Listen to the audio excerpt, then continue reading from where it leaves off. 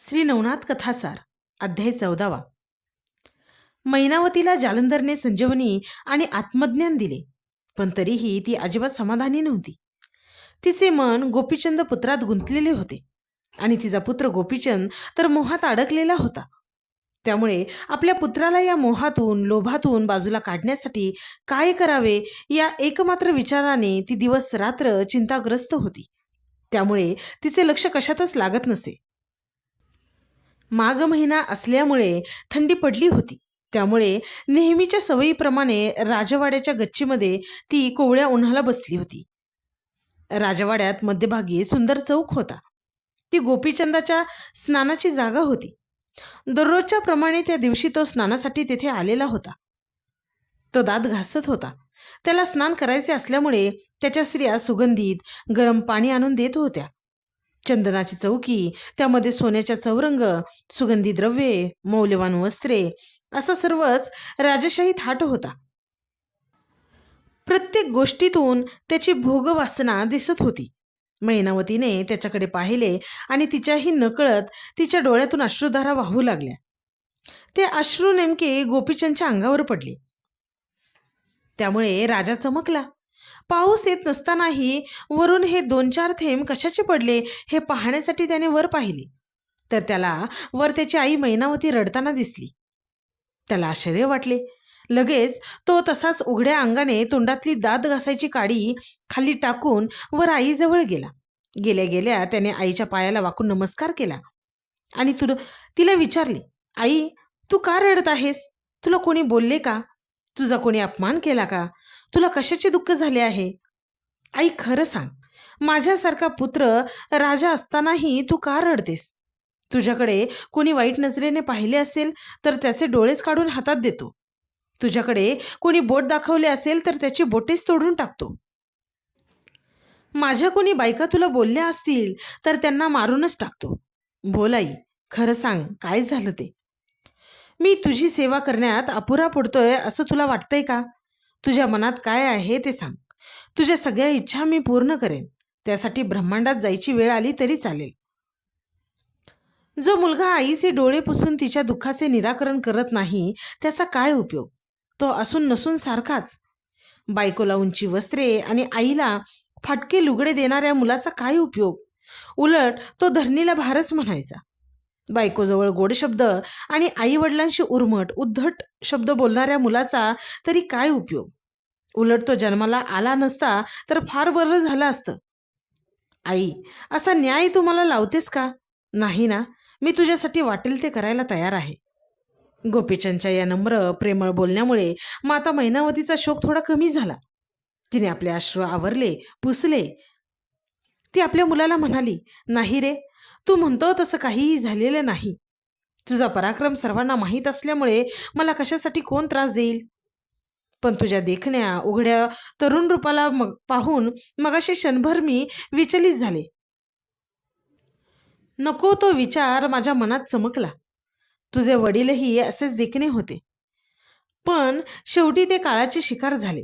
त्यांचा देह शेवटी अग्नीमध्ये जळाला आणि त्यांच्या सौंदर्याची राख झाली. त्यामुळेच त्या टपलेल्या काळरूपी मांजराला मी खूप घाबरते.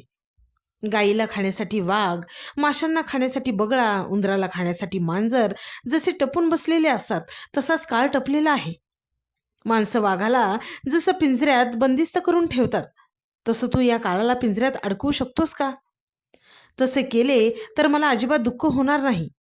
अरे बाळा, नाहक तू जन्माचे वाटोळे करून घेऊ नकोस. तुला हा मनुष्य जन्म मिळाला आहे तर त्याचे सार्थक करून घे. नारद, व्यास, शुक्र, रामानुजादी अनेक भगवत भक्त चिरंजीव झाले आहेत. त्यांच्याप्रमाणे तूही चिरंजीव होण्याचा विचार कर. चिरंजीव पद प्राप्त होण्यासाठी चैतन्य पंथ, योग पंथ, आनंद पंथ, नाथ पंथ असे कितीतरी वेगवेगळे पंथ आहेत. या प्रत्येक पंथातून अनेक संत महात्मे आपल्या जीवनाचे सार्थक करून सनातन झाले आहेत, अजरामर झाले आहेत, चिरंजीवी झाले आहेत. तूही तसाच होण्याचा प्रयत्न कर. तू आपल्या आयुष्यातील महत्त्वपूर्ण वेळ भोग लालसेत फुकट घालवतो आहेस. त्यामुळे मला वाईट वाटते. बाकी दुसऱ्या कशाचेही दुःख मला होत नाही. आई मैनावतीची कळकळ गोपीचंदला तिच्या बोलण्यातून स्पष्टपणे जाणवली.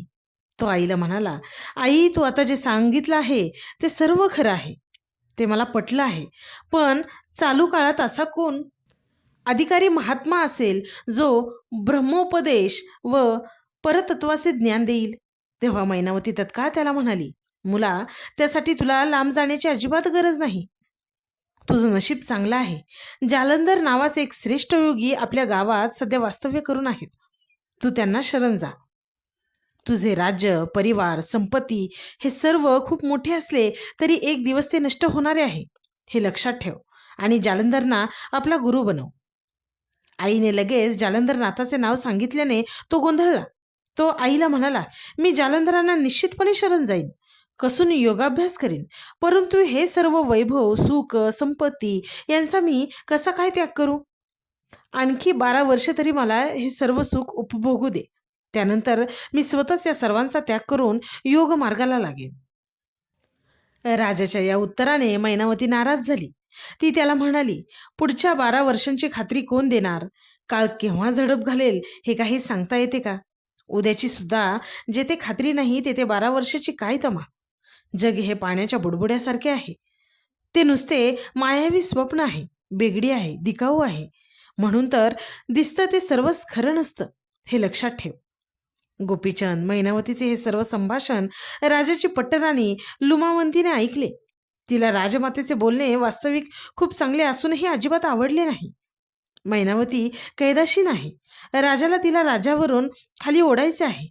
कैकेयीने जसे रामाला वनात पाठवले त्याप्रमाणे ती नीती व मोक्षाचा उपदेश करून राजाला राजाबाहेर पाठवत आहे. हे योग्य नाही. राज्याच्या विनाशाचे हे लक्षण आहे. असे चुकीचे विचार त्यामुळे तिच्या मनात घोळू लागले. राणीने तेथून लगेच काढता पाय घेतला. आईचे निर्वाणीचे बोलणे ऐकून गोपीचंद आईला म्हणाला, आई, प्रथम तू सांगितलेल्या योग्याला मी भेटेन, त्याचे कार्य पाहीन. तो जर माझे हित करणारा आहे असं मला वाटलं तरच मी सर्व सुखांचा त्याग करेन आणि त्याच्या व तुझ्या म्हणण्याप्रमाणे वागेन. आता तरी वाईट वाटून घेऊ नकोस. एवढे बोलून राजा खाली आंघोळीसाठी निघून गेला. लुमावंती राजमातेवर चिडलेली होतीच, त्यामुळे ती काही गप्प बसलेली नाही. तिने आणखी 5-7 पट्टेराण्यांना बोलवले आणि त्या सर्वांना तिने राजमाता, राजाचा संवाद तिखटमीठ लावून रंगवून आपल्याला हवा तसं सांगितला. ती म्हणाली, जर राजमातेच्या म्हणण्याप्रमाणे राजाने योगदीक्षा घेतली तर अनर्थ घडेल. आपण 28 पट्टराणे आहोत. केवळ आपल्यावरच नाही तर राज्यावरही खूप मोठे संकट कोसळेल. तसे घडल्यास आपले राज्य नष्ट होईल, परराज्याचा अंमल बसेल, आपले स्थान धोक्यात येईल. त्यामुळे काहीही करून राजमातेचा हा बेत उधळून लावला पाहिजे. बोला, आहे का तुमची तयारी? लुमावंतीचे म्हणणे त्या 5-7 राण्यांना पटले. मैनावतीचा निश्चय यशस्वी होऊ नये यासाठी आपल्याला काय काय करता येऊ शकते याचा प्रत्येकजण स्वतंत्रपणे विचार करू लागली. वेगवेगळे तर्क मांडण्यात आले, परंतु एखादा अचूक मार्ग मात्र त्यातून कोणालाही काढता येईना. पुष्कळ चर्चा झाल्यानंतर शेवटी लुमावंतीने सांगितले, यावरचा एकमेव उपाय म्हणजे त्या जालंधरला संपवणे. आपण काट्याने काटा काढूया. राजाद्वारेच आपण त्याला संपवून टाकूया. मैनावती ही जालंधरची भक्त बनलेली आहे. ती रोज रात्री त्याच्याकडे जाऊन त्याची सेवा करते.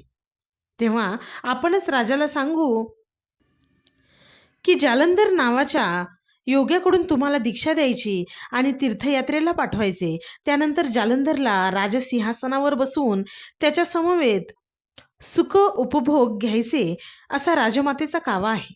हे ऐकून राजा नक्कीच संतापेल व त्याचा शेवट करेल याची खात्री वाटते. यालाही त्या सर्व राजस्त्रियांनी होकार दिला व त्या आपापल्या महालात परतल्या. दिवसभर राजाने आनंदाने हातातली कामे मार्गी लावली. रात्रीचे जेवण झाल्यानंतर तो दिवस लुमावंतीचा असल्यामुळे तिच्या महालात तो गेला. तिने राजाची सर्व प्रकारची सेवा केली. राजा प्रेमात असल्याचे पाहून लुमावंती त्याला म्हणाली, प्राणनाथा, रागवणार नसाल तर एक गोष्ट सांगायची आहे. तुम्हाला सांगितली नाही तर पुढे सर्वांचंच भवितव्य अंधकारमय वाटतं, पण तुम्ही अभय दिलंच तरच सांगेन. राजाने न रागवण्याचे वचन दिल्यानंतर ती पुढे सांगू लागली. खरं खोटं आम्हाला माहीत नाही, पण आम्हाला कळलं आहे की राजमाता तुम्हाला जालंधरकडून जोगी बनविणार आहे.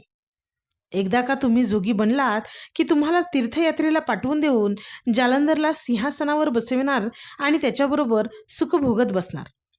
आमचं कुंकू बळकट असल्यामुळेच ही गुप्त वार्ता आमच्या कानावर आली. खरं खोटं काय आहे ते तुम्हीच पाहून योग्य निर्णय घ्या. लुमावंतीचे हे बोलणे ऐकून तो प्रचंड संतापला. लगेच तो तिच्यापासून दूर झाला आणि तिच्या महालातून बाहेर पडला. लगेच एवढ्या रात्रीत त्याने विश्वासातल्या काही मंत्र्यांना बोलावून घेतले. मंत्री येताच राजाने त्या मंत्र्यांबरोबर काही बलवान सैनिकांना आपल्यासोबत घेतले. सर्वांनी लगेच राजवाडा सोडला. जालंधरचा शोध घेतला. जालंधर जेथे होता तेथे जवळच एक खूप खोल विहीर होती. त्या विहिरीत त्यांनी जालंधरला ढकलले. त्यावर घोड्याची लीद, शेण व केर कचऱ्याचा ढीग त्या विहिरीत ढकलला. त्यामुळे जालंधर पूर्णपणे गाडला गेला. राजाने बरोबरच्या सर्वांना गुप्ततेची शपथ घातली. सर्वजण परत आपापल्या निवासस्थानी गेले. राजाच्या भयामुळे तेव्हा व पुढेही कधी कोणीही त्याची वाच्यता केली नाही. दुसऱ्या दिवशी नेहमीच्या जागेवर जालंधर नव्हता हे पाहून लोक आपापसात कुजबुजू लागले. गोसाव्याचा काही नेम असतो का? आज इथे तर उद्या तिथे. सगळे जगच त्यांचे. लोकांची ही कुजबूज मैनावतीच्या एका दासीने ऐकली व तिने येऊन ते मैनावतीला सांगितले. मैनावतीला खूप दुःख झाले, पण तिने अजिबात वरकरणी ते दाखवले नाही. ती शांतच राहिली. बातमीच होती ती. पसरत पसरत ती राजश्रियांपर्यंत पोहोचली. त्यांच्याकडे अशी बातमी आली की जालंधरनाथ सकाळपासून कुठेही दिसत नाही. बहुधा आपले गाव सोडून दुसऱ्या एखाद्या गावात तो गेला असावा. ही बातमी ऐकून सर्व राजश्रियांना अत्यानंद झाला. त्या एकमेकींना म्हणाल्या, बरं झालं, मोठं संकट टळलं, पीडा गेली. त्यांच्या मनावरचे दडपण दूर झाले. त्यांनी सुटकेचा निश्वास टाकला. त्या निश्चिंत झाल्या. सर्व राजश्रियांनी पट्टराणी लुमावंतीचे आभार मानले. तिचे सर्वांनी मनापासून कौतुक केले.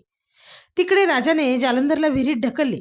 आपण विहिरीत पडत आहोत हे त्याच्या लक्षात येताच त्याने वज्रास्त्र मंत्र म्हटला. त्यामुळे त्याला कोणतीही छोटीशी सुद्धा दुखापत अजिबात झाली नाही.